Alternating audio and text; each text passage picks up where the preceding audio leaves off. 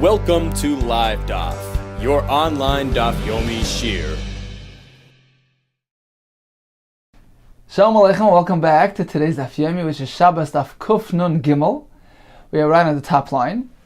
Says the Gemara, Amar Rav Yehuda Brei, the Rav Shmuel Bashilas, Mishmei the Rav. So he said this in the name of Rav. If you want to really know what is the spiritual standing of a person, take a look at what happens when he passes away during the funeral, during the hesped, the eulogy, which is conducted upon his passing. Me'espedei shel adam, from the hesped, the eulogy of a person, nikar, it is clearly discernible. It is indicative, im ben ha'olam habahu im lav, whether or not this person merits the title of a ben olam haba, a dweller of olam haba. Now we all have a chelik olam haba. Apparently this is speaking about a higher standing, a higher status, a higher spiritual madrega in olam haba. So that is discernible during the hesped, the funeral. Let's take a look at Rashi. Top line in Rashi, im ben olam habahu shim kasher haya. Because if this man who departed was a righteous man, hakol boichan alav, all cry for him. Omer read the demois, they shed tears, misaprim shvachai. They discuss his praise. There's no more jealousy, no more competition at that point. People tend to be more straightforward and honest. And according to what's going on during the hesped, it is truly discernible whether or not this person is of a higher spiritual status, and they all feel his absence and his void. Continues the Gemara. Eini, is that the case, that the person's hesped, his eulogy and funeral, are true indications, a true yardstick to measure his status? Va'amar le Rav, because Rav himself, didn't he say to Rav Shmuel Bashilas? So Rav was the one who taught us this lesson, and he himself needed to instruct Rav Shmuel Bashilas, and he said, Achem behespeda, go ahead and move people, move them to tears, stir them, deliver a stirring eulogy at my levaya, at my funeral, dehasam ke'imna, because I am present there. I'm going to be there, and I'm going to be aware of what's going on. Make sure that you move them and you stir them. So Rav was certainly a righteous person, Adam Tzaddik. She calls him a Gavra Rabbah. So why was it necessary to artificially stir the audience and move them to tears? If he was a truly great person, says the Gemara, of course you need somebody to instigate it. Like Hasha, it's not difficult. When we have a person who is a Adam Kasher, Adam Chashav, then the Macham Uleva Achem. When people are stirred and moved, they respond in kind. But certainly you need somebody to move them, to deliver that properly stirring eulogy. However, a person where he's not of such a high spiritual standing, then nothing helps. The Macham Uleva Achem. So the people are standing by the Levaya, and there's somebody there who is attempting to deliver some moving eulogy, but they don't really get affected, don't get moved to tears, don't get emotionally involved, since this person isn't really of such a high ruchnius madreg. Amalei abai l'Rabba, kegoyin mar. So you, Rabbah, we're going to have a problem. Kegoyin mar the sonulei kulu pumpadisoi. All of the people, the residents of Pumpadisa, where Rabbah lived, they hate him. Disliked Rabbah. Rashi says they were people who were dishonest, and Rabbah would rebuke them, admonish them, give them techacha. So they disliked Rabbah. Sabai told Rabbah, you're going to have a problem. Man achem hesped, who's going to warm people up and move them at the hesped? Amar lei, so Rabbah responded, not so terrible. Mistaya at, it's sufficient if you, the Rabbah Barav Chanan, you and Rabbah Barav Chanan will go ahead and conduct your eulogy, your hesped, and that's enough. I don't need more than that. Boy minei Rabbi Lezer mirav. Rabbi Lezer asked of Rav, Ezu ben Olam haba, who is indeed worthy of this title of a ben Olam haba? Amalei, he told him, quoting a pasuk in Yeshaya, Vaznecha tishmana davar macharecha. You will hear a word from behind you, Leimar, Zeh haderech l'chubai, ki sa'aminu v'chi sa'asmilu. So what it means to say is, after, behind your coffin, behind your mita, after you're passing, you want to hear people speak and say, well, this is the way that this man trotted and traveled, this is the one. And this is the way that you should also follow. We should follow. We shouldn't veer nor right nor left. So apparently, this person is a truly righteous person and a ben olam haba, if this is how they're speaking about him and about his lifestyle after his passing.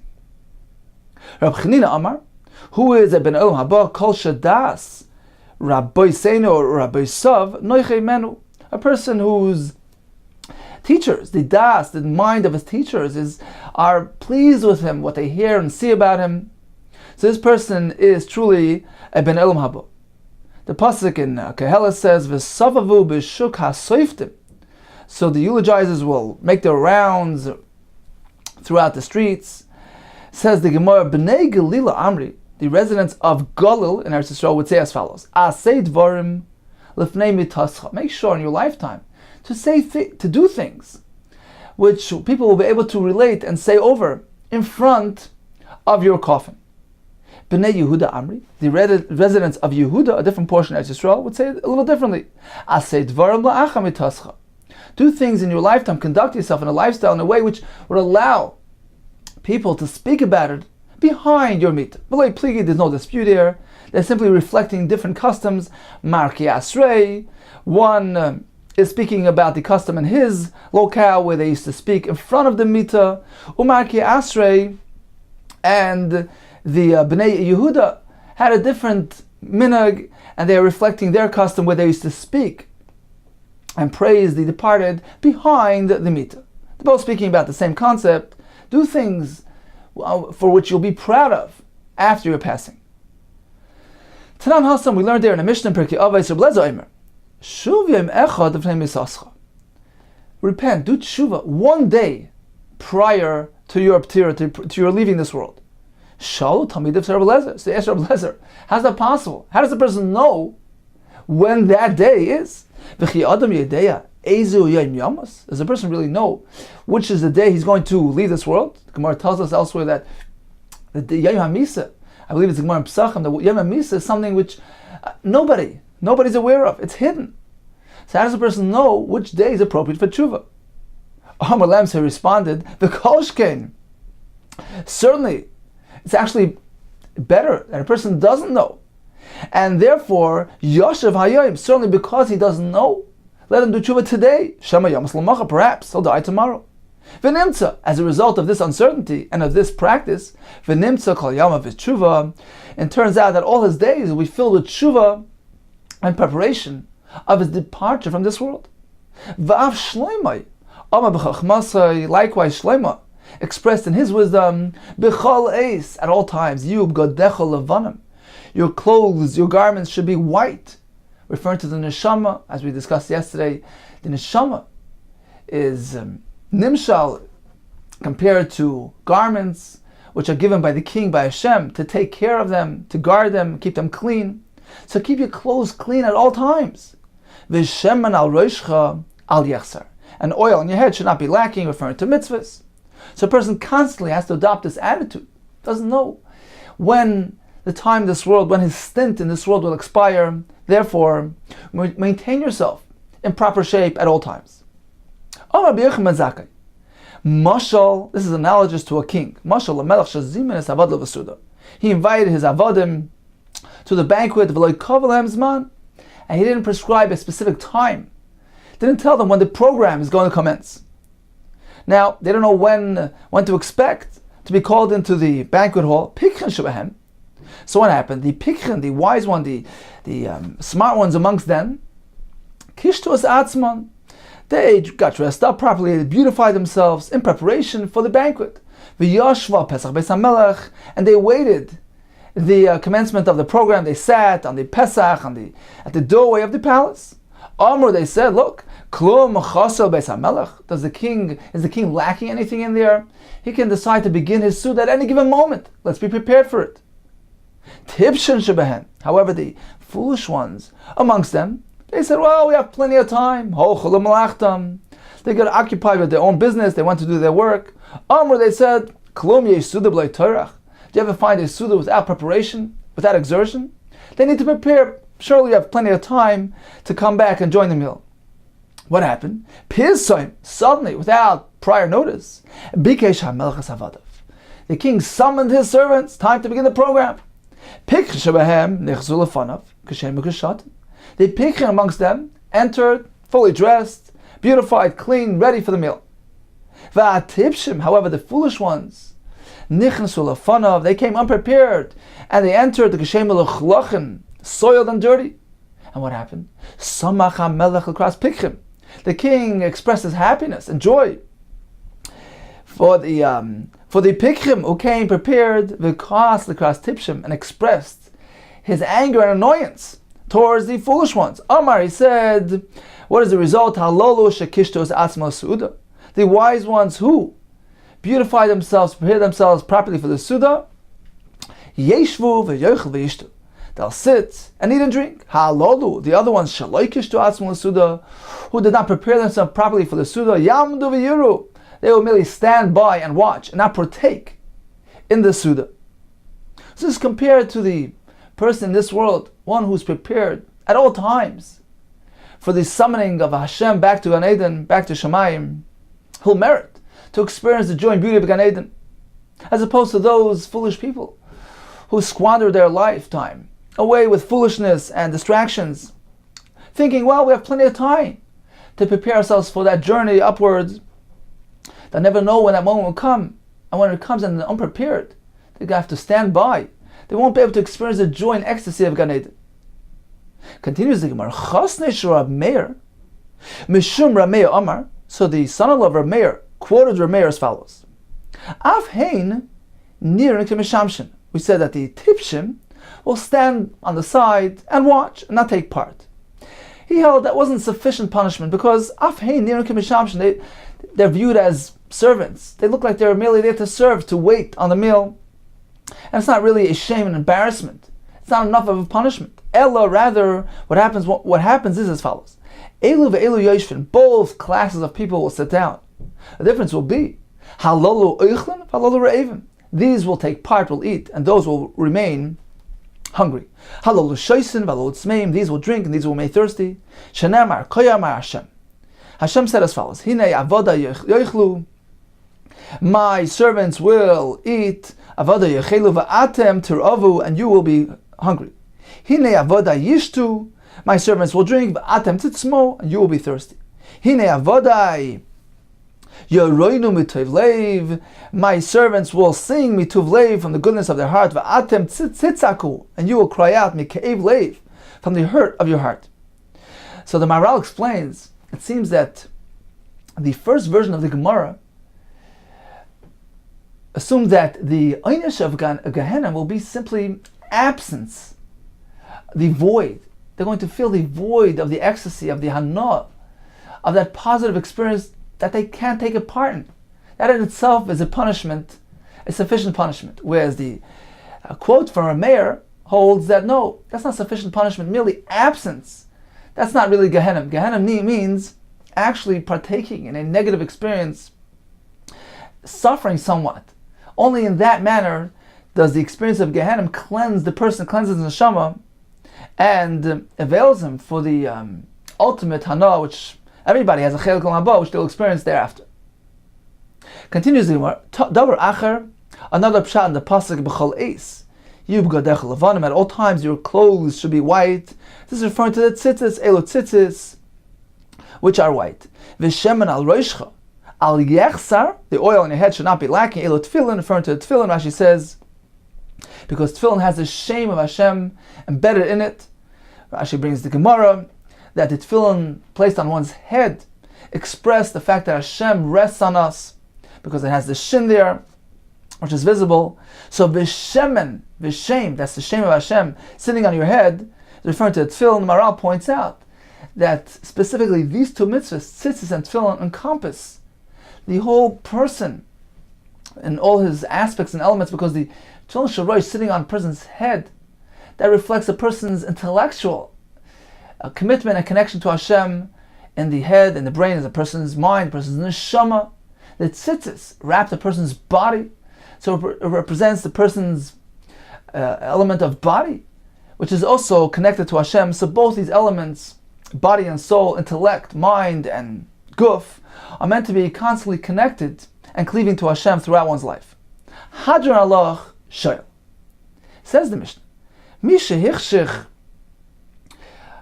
Loi Bederich. So a person is traveling, and Shabbos is about to come.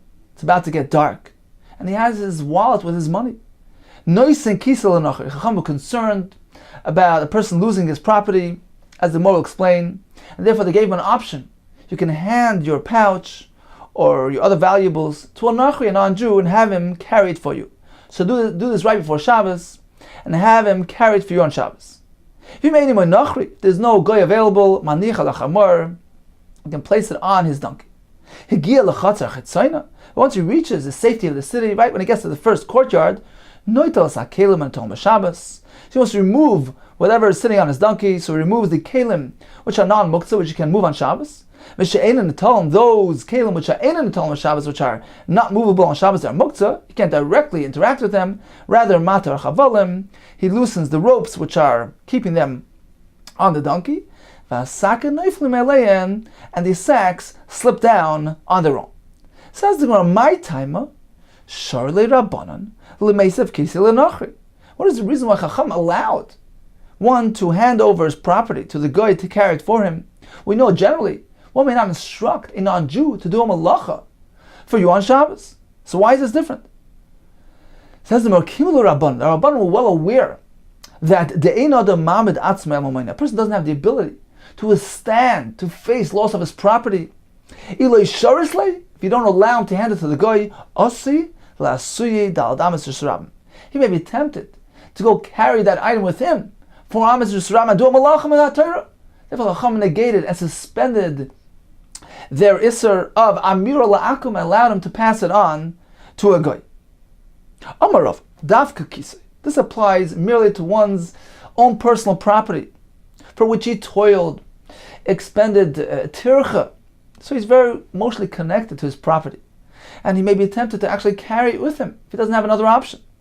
Therefore, the Chacham allowed him to give it to the guy. But regarding something which he merely found, in which case he didn't spend much effort on it, he's not so emotionally connected to it, and therefore there's no concern there that he might go do a malacha if we don't give him another viable option. Therefore, he could not give it to the guy. Says, "What pshita? Isn't this obvious?" Kisei not. The Mishnah specifically cites an example of kisei, which indicates his personal property for which he worked and toiled for. Perhaps I would think, who adin? The same din would apply afilu mitzia, even to something which he found. Why did the Mishnah mention kisei? Urcha de milsa k'tani. Mishnah simply shows something which is common. But certainly this halacha would apply even to an object which he found off the street.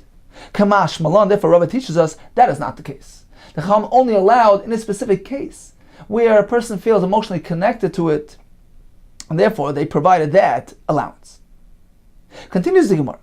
V'lo yamar. Now this exception, that's something which one finds, he's not emotionally connected to it, there's no concern, that's only ela deloy asil yadi. If that object had not yet entered his hands, he had not yet acquired it, he didn't do a kinyan for it, therefore it's not really his yet.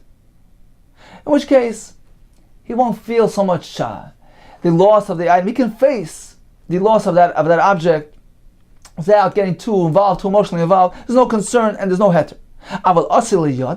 But if that object has already entered his hand, meaning he already did a kinyan, he acquired it, kikise dami, it's considered like his pouch, like any other of his objects, and therefore we allow him to give it to a guy. There's another version. Rava was uncertain. He asked, an object which one finds and already came into his property, meaning came into his possession, he already was kainet. What will be the halacha there? Given the asal yadi, since it came into his possession, it is equated to his pouch and his concern, and due to his emotional attachment to it, he might be tempted to do a malacha if we don't allow him to pass it on to a non-Jew. Or perhaps given the loy torach, but since ultimately he didn't really work for this thing, he merely found it off the street, so perhaps he's not so concerned about the loss of this item, lav kikise dami, and we don't equate it to his pouch, take it, we leave it unresolved. Let's take a look at Rashi inside. Rashi here is 4 lines from the bottom. My timer sharli lemesil lenachri. Why did the Chacham allow him to hand his money to the guy? The guy is becoming his emissary, his shliach. One cannot use a guy to do a malach. The Gemara answered because the Chacham knew, were well aware of human nature. A person will be very difficult for somebody to face loss of his property.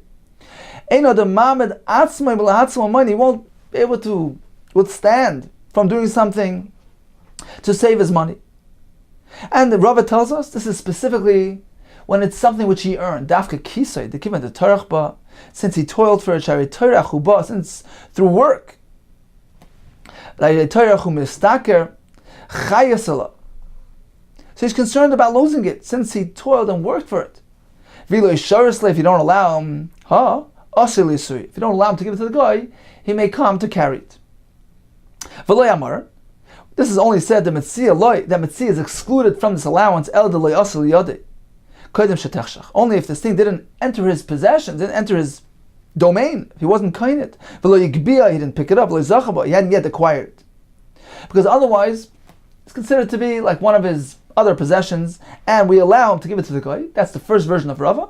The second version of Rava concludes that we're uncertain about this, whether or not we're going to equate the Metzia, which he already was kainah, to the other possessions, or perhaps there's a difference since he didn't really exert much effort in acquiring it, so perhaps the heter will not apply and we leave it unresolved. Continues the Gemara, Eina mei nachri. Mishnah told us, if there's no nachri available, place it on your donkey. Taima de eina mei nachri. This is only because there's no Gentile available. But if there's a nachri with him, certainly that's the most preferred option of nachri yavli. My time, why? Why do we prefer giving to the nachri over placing it on his chamor? Says the Gemara, my time, chamor ata mitzvah shvisase. One is mitzvah is commanded to prevent his animal from doing malach on Shabbos. Nachri, however, ata mitzvah al shvisase. By a nachri, there's no tzivui to have the nachri rest for you. So menat Torah, a guy could do a malacha for a yid. It's merely an isser midrabanan. The Rabbanan suspended their isser in this case for concern that it might lead him to do a worse offense, do isser the rights of carrying it.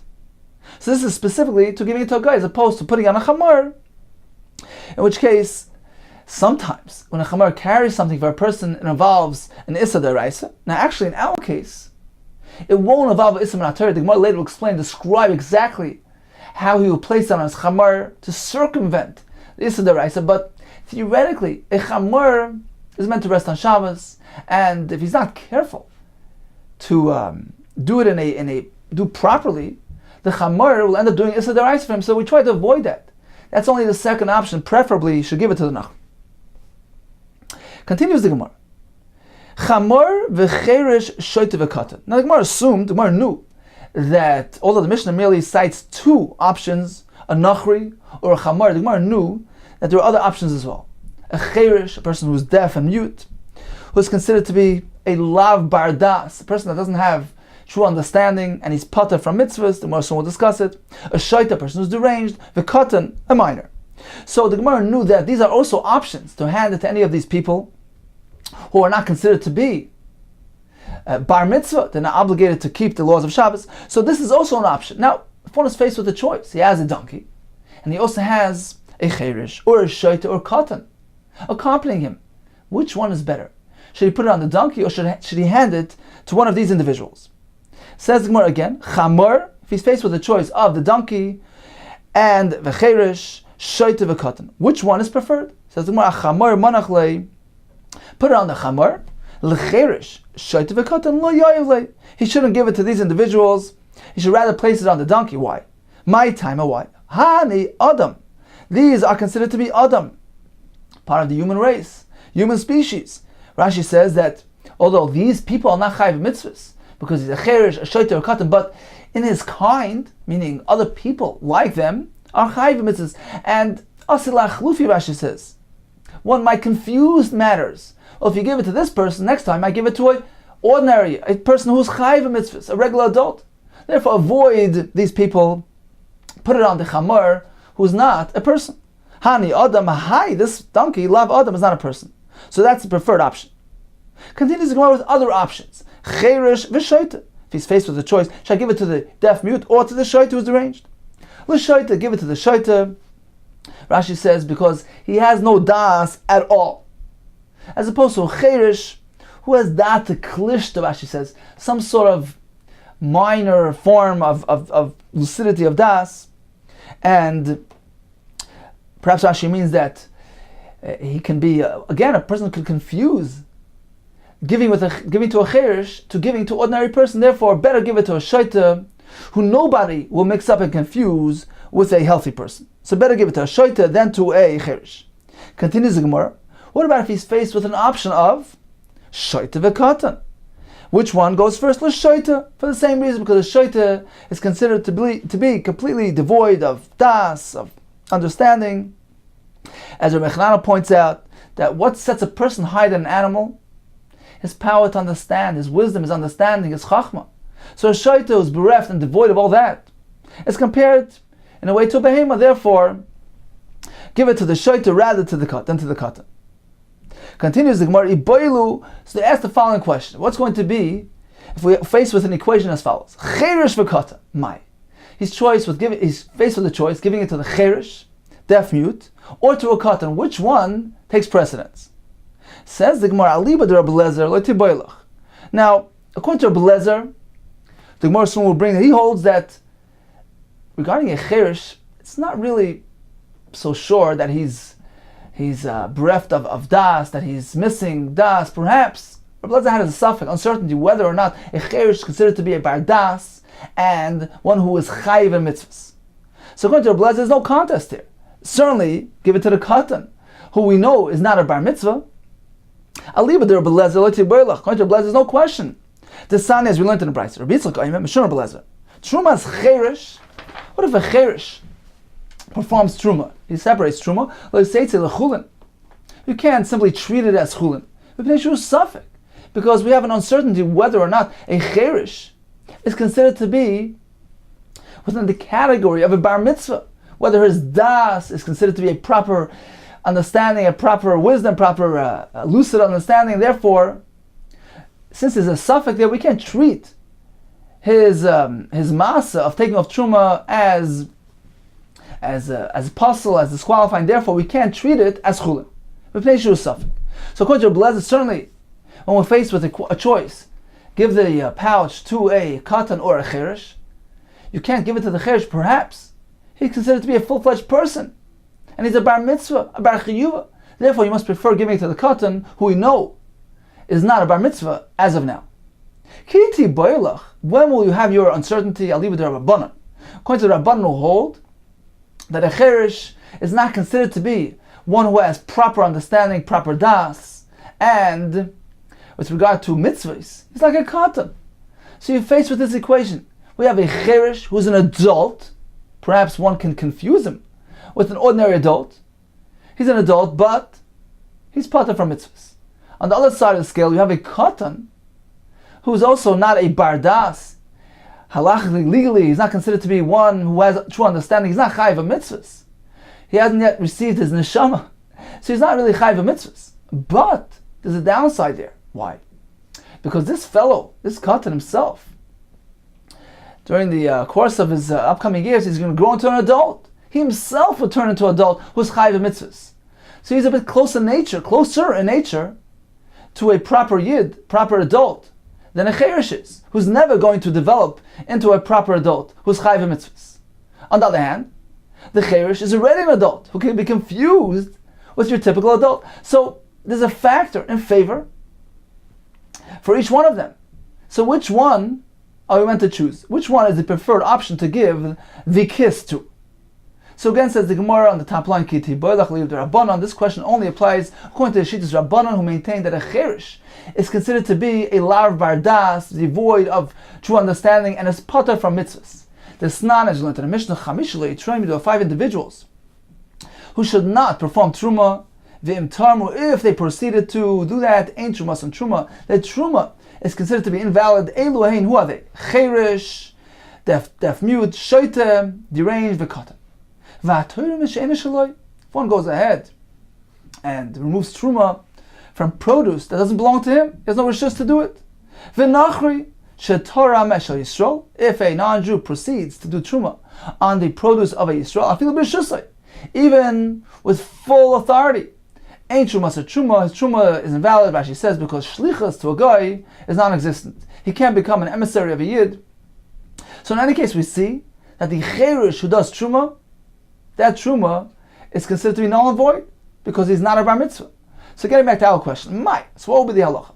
We're choiced with cherish or katan.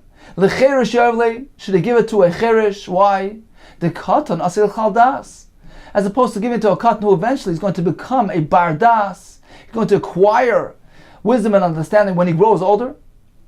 So perhaps one will confuse the katan with an ordinary adult, or perhaps another reason would be that this katan himself will grow accustomed to doing these things, and even when he becomes bar mitzvah, he'll continue to do it. So there's a reason to avoid giving it to the katan. Or perhaps the katan yavle, prefer giving it to the katan. The cherish aslach lufi begadol bikeach, because the cherish might be confused. One might mix it up with a gadol bikeach, with an ordinary adult who has understanding. So there's a reason to prefer the katan, since he's merely a minor. Nobody will confuse him with a gadol bikeach. There's a reason to prefer the cherish, because he himself will never develop into a bardas. So which way do we go? So tomorrow we have machlekes. Ika de amri, some say lecherish yavle, give it to the cherish. Ika de amri, some say lekatan yavle, give it to the katan, since right now he's a katan and is very dissimilar to your ordinary adult. Continues the Gemara. So we had the nachri, we had the option of putting on the donkey, the cherish, the shaita, the katan. What if none of the above are applicable? Ein sham loy nachri, v'loy chamar, v'loy cherish, v'loy shaita, v'loy katan mai. None of the above are available. No goy, no donkey, no cherish, no shaita, v'katan. What is this person supposed to do? Amar Rabbi Yitzchak, there's actually another option available. Oy da cheres haisa, there was another option. V'loy rotzu chacham l'galois, chacham did not want to reveal it. Meaning, this option that we're going to see soon is only allowed when there's absolutely no other alternative. Only then do the chacham allow it. But if there's a goy available, you're meant to give it to the nachri, as opposed to resorting to this option. What is this option? My oida cheres hoisa. What was this other option that the chachamim concealed, didn't want to reveal it? Moilichoi pachos medalad amas. Person carries the item in increments, less than 4 amas at a time, in which case there's no issa medalad Torah. If he's carrying less than 4 amas, it's only less than Rabbanon, and this is only allowed when there's no other option available. Says the Gemara, why not? Why didn't the Chacham publicize it? Why can't this be done l'chatchila? It is the honor of Hashem to hide something. The honor of human kings is investigate, don't hide anything. As opposed to Hashem, we're meant to hide things to protect the honor of Hashem. Explains the Gemara. Why is concealing this halacha from the public considered to be adding honor to Hashem? How is it safeguarding Hashem and the Torah? Because if a person will know about the solution, perhaps this will lead him to actually carry it for Amas Sarabim. So it's not something which is preferred.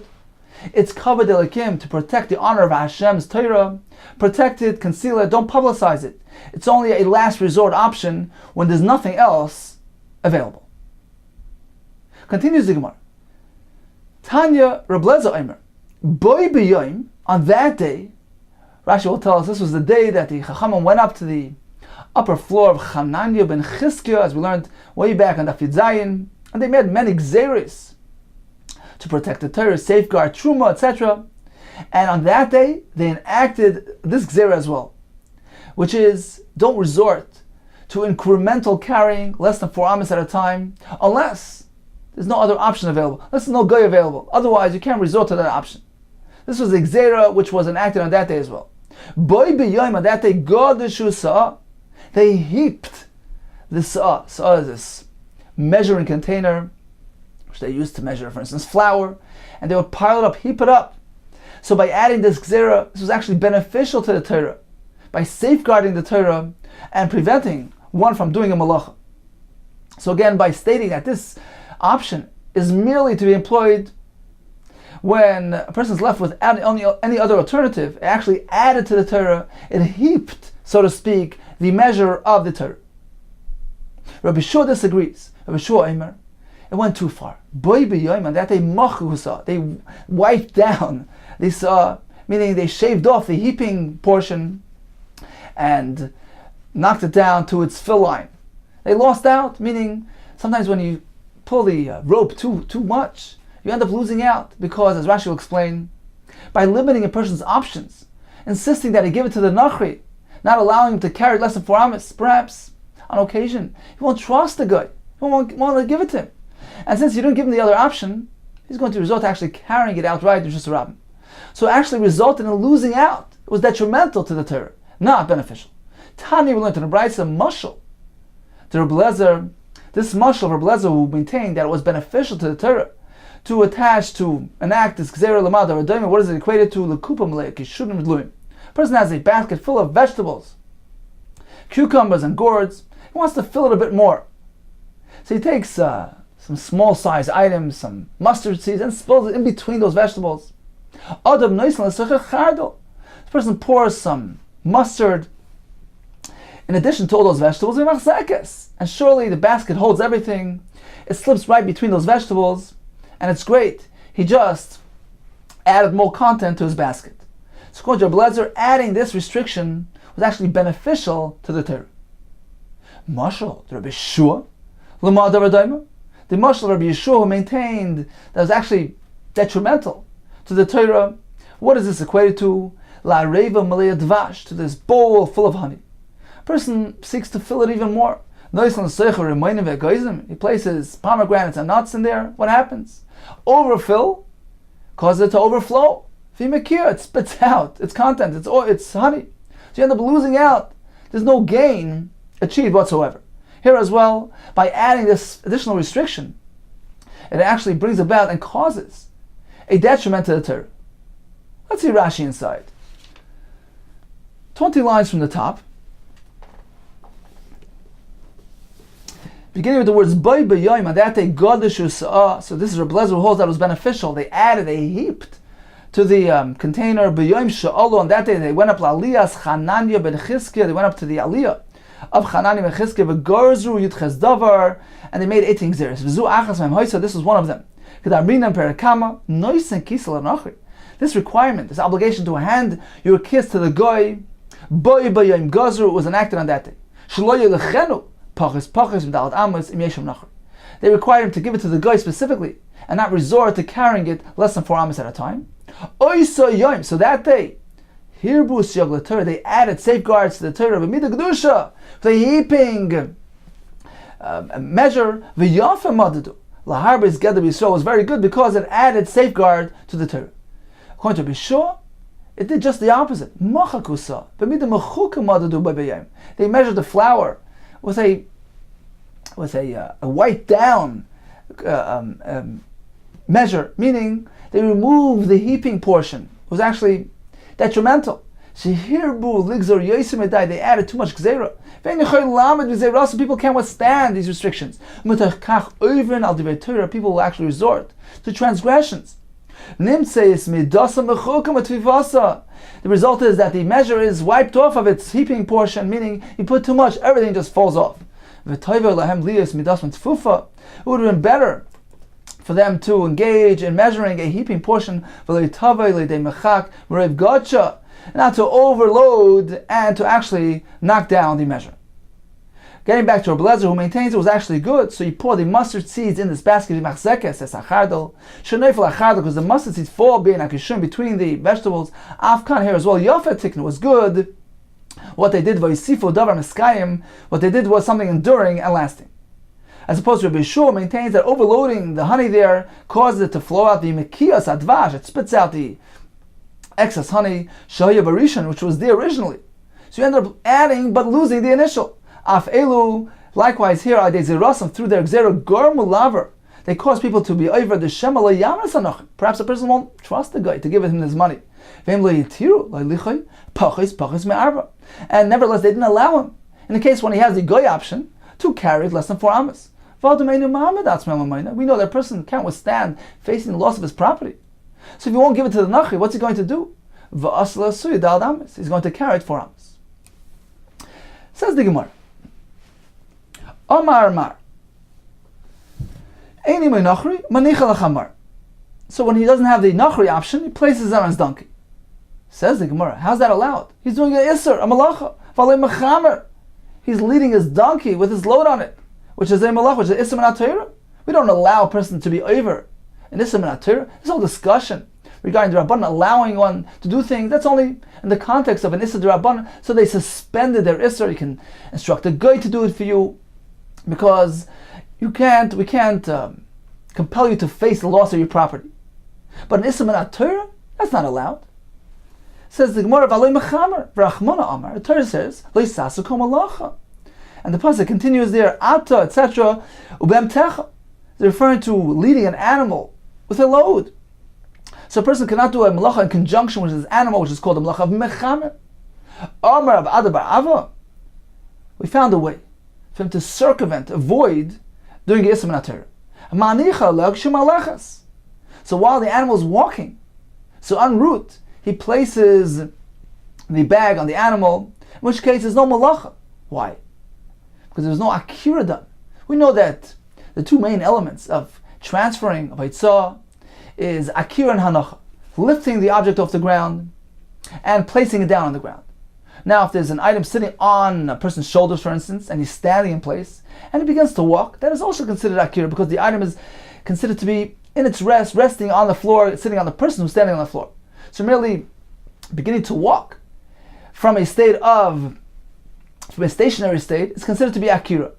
But if the animal is already en route, it's already in motion, it's already walking, and then he places it on it while it's walking, there was never an akira, because the object with the animal were never stationary, were never standing in place. So there was no akira done, therefore there's no malacha done. Again, manicha le'ak shimalechas. He places it on the animal while it's already walking. Says to him, okay, so that took care of this part. But it's inevitable. The animal is going to stand, going to stop for a moment to tend to its needs, lashten mayim, to shed water, lataglo, to shed solid weights. So there's going to be a point in time which the animal is going to stop. V'ika akira hanacha. He's going to stop and make a hanacha, and then he's going to begin walking again and do akira. Says the Gemara, there's a Gersa that adds a word here. Tana, so we learned in the Brisa. This is the manner in which we're meant to deal with this. When he sees the animal walking, that's when he places it on it, in which case it's no akira. Likewise, when he sees that the animal is about to stop, he quickly removes the pouch. So there was never a lifting or a placing down. So there's no malacha min HaTorah. And therefore it's mut. Says the Gemara, if this is a good option of timing things perfectly to avoid an Isser, why do you need a donkey? I feel chaver nami. Why can he employ this method even with his friend? So he walks alongside his friend. When his friend begins walking, he places the pouch on him. When he sees he's about to stop, he removes it. Amrav Papa. That's not allowed. Because there's an Issa D'Rabban. Why? Any type of activity where if a person would simply do it on his own, he would be chayav chatas because it would be considered an Issa min HaTorah. For instance, walking along the street, and even while you're walking, lifting something off the ground. That's called an akira, because you're lifting something off the ground. So that's called an akira. And if you place it down, you're doing hanacha. So Issa min HaTorah. But chaveroi, if you employ this method with your friend, so while he's walking, you take it and put it on him. So it's a joint effort. This malacha is being accomplished by two people.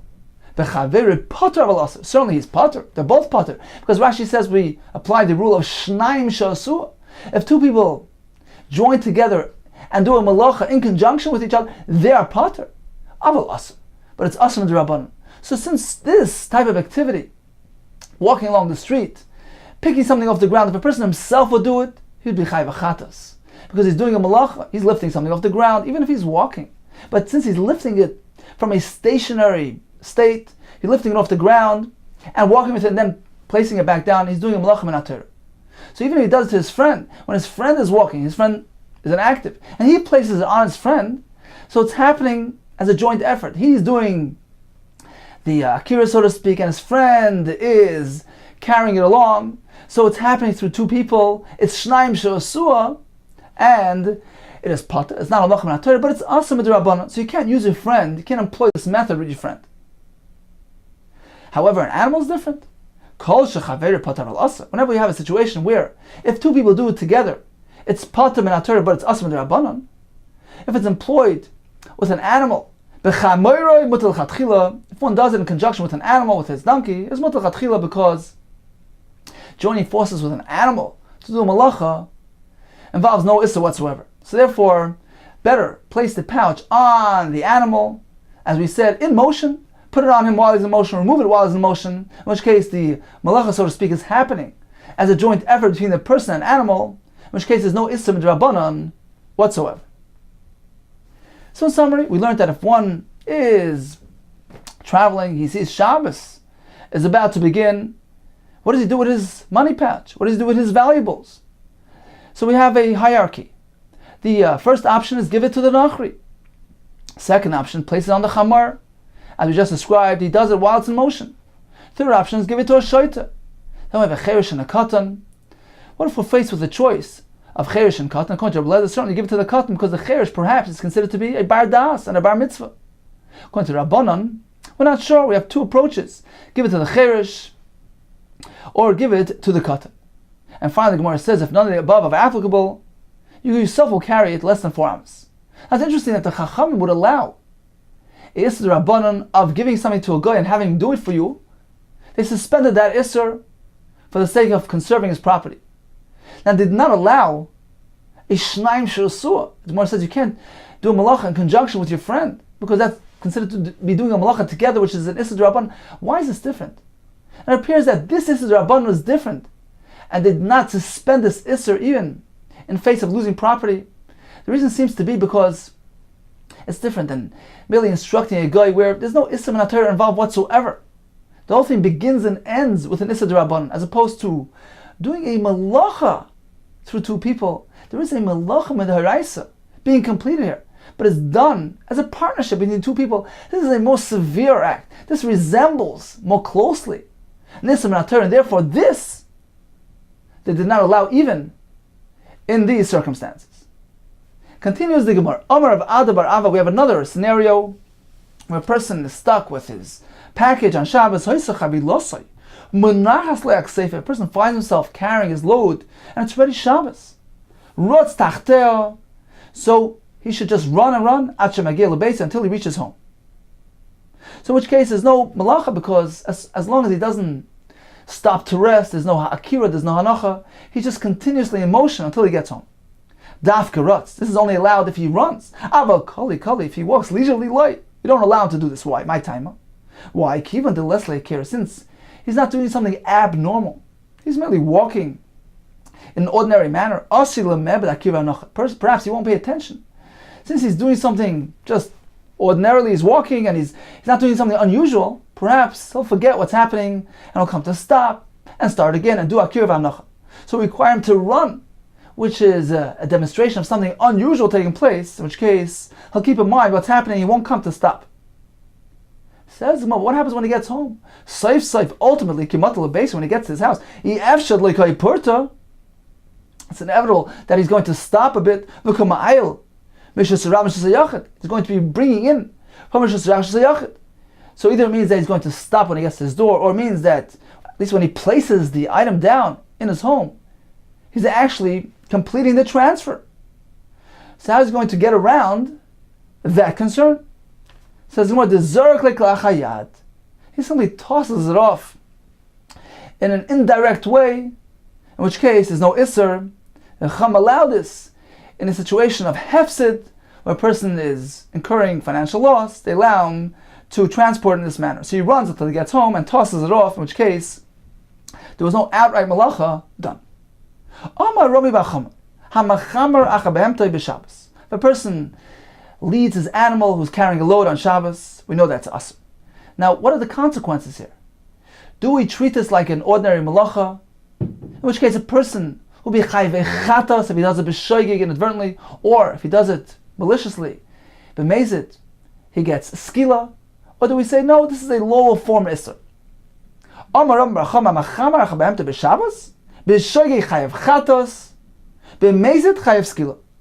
So this is like an ordinary malacha. B'shagi, he brings a chatas, b'mezid, he gets skill. My time or why? Amar Rava the Makra, the pasuk says, Lo yisasa kol malacha ato behemtecha. The pasuk warns us against doing a malacha with your behema. What type of malacha is done in conjunction with one's behema? Leading the animal who's carrying a load. And the Gemara and the pasuk compares the two ththings. Behemto idumi didei. Doing a malacha with his behema is comparable to ata, to your own personal malacha.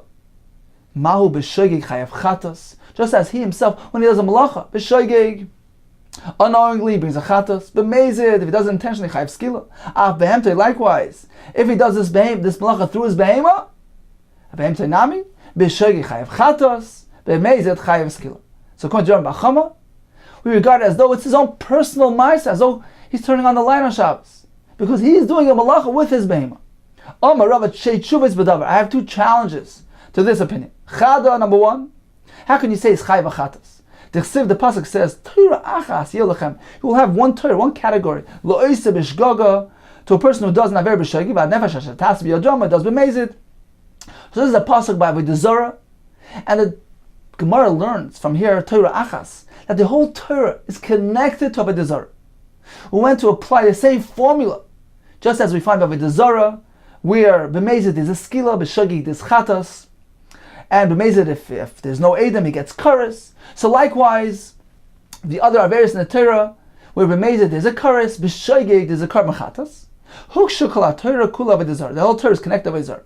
Ma Avodah Zarah, just as Avodah Zarah, the avad ma'asa b'gufay. It is a person who did a ma'isa physically, directly with him, his own body. It's his own personal ma'isa. And therefore, he brings a chatas if he does it inadvertently. Ha'chanami here as well, regarding the whole Torah. We require that it conforms to that formula ad ovid masa begufay.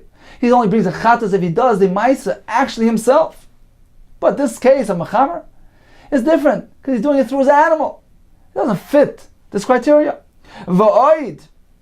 Additionally, how can you say that there is a skila if a person is mechamer b'mezid? Tanan, we learned in the Mishnah, amachalas haShabbos. If a person desecrates Shabbos, bedover, by doing something shechayovan al shigigosei chatas, with something where, if it's done b'shogeg, there's a chatas, v'al doin is skila. When it's done b'mezid, there's skila. So the fact that the Mishnah says that it's specifically something which is a type of chilul Shabbos, which results in a chatas and a skila, apparently the Mishnah is implying there's something which doesn't fit that description. Mechlal, apparently, there's another type of chilul Shabbos.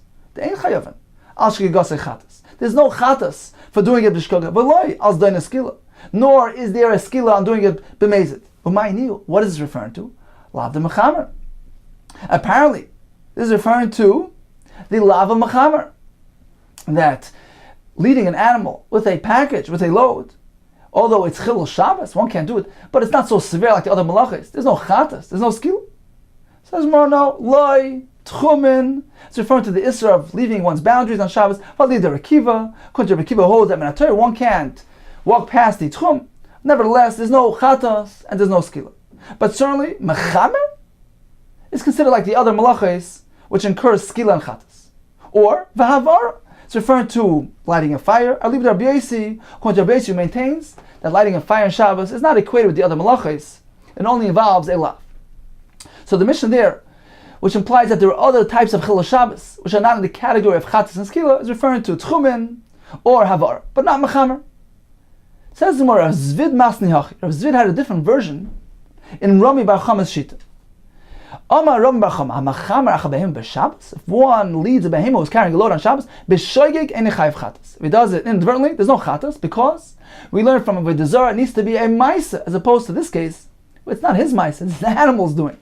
However, b'mezid chayav skila, if he does it intentionally, he brings a skila, he's chayav skila, because we learned earlier, don't do a malacha, you and your behema.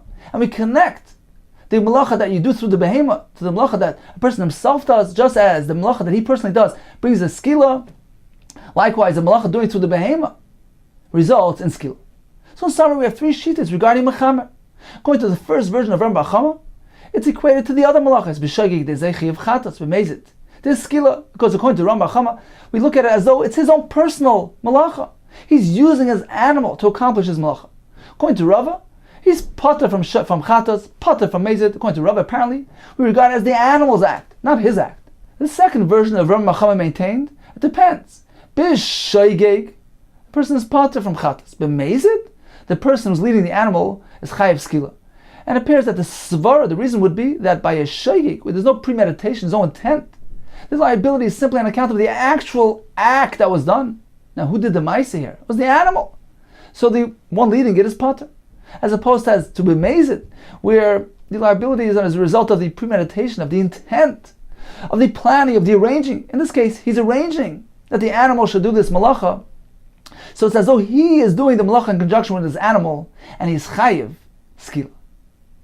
Okay, time for a brief review of today's daf. The Gemara began by telling us, how do we truly determine the madrega, the status of a person, of whether he's a ben olam haba? Just take a look at what happens in the person's levaya. The Gemara says, well, take a look at what the people are saying. We're going to follow this man. This is the true way to live. Another option is, what are his teachers saying? Are they pleased with his actions, what they hear, what they see about him? The Gemara told us one is meant to be constantly on guard, prepares neshama, keep it clean. We never know when the moment will come. The Mishnah told us if one is carrying his money and Shabbos is around the corner, we have many options for him.